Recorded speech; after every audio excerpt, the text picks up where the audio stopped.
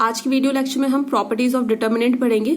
इसी प्रॉपर्टीज को यूज करके हम डिटर्मिनेंट सॉल्व करेंगे, राइट।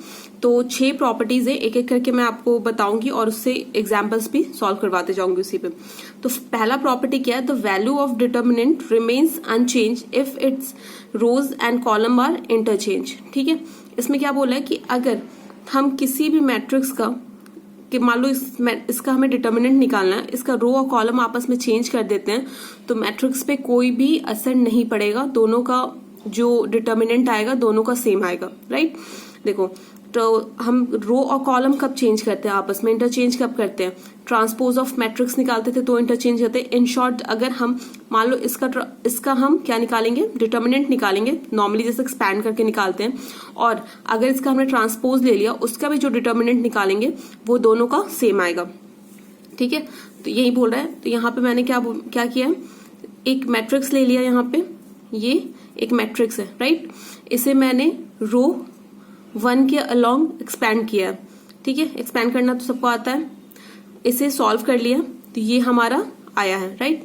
तो उसके बाद क्या बोला है कि अगर हम रो और कॉलम को इंटरचेंज कर देंगे तो यही डिटर्मिनेंट हमें फिर से मिलेगा।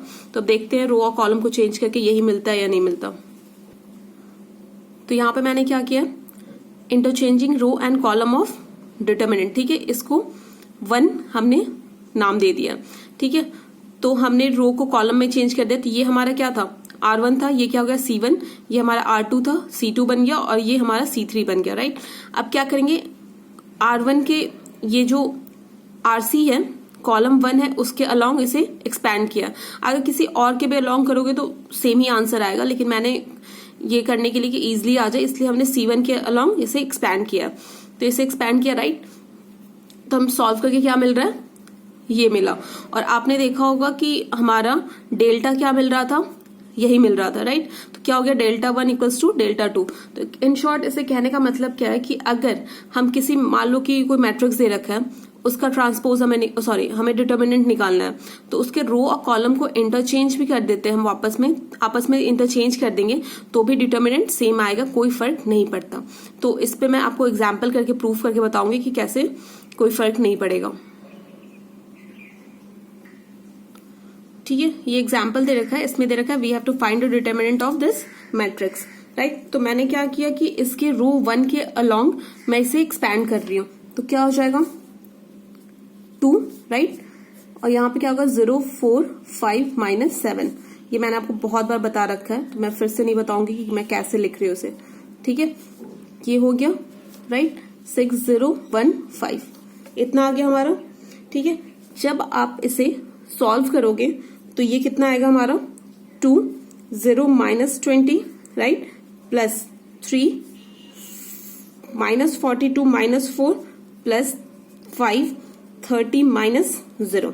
ठीक है, जब इसे आप सॉल्व कर लोगे तो ये आ रहा है माइनस ऑफ 28।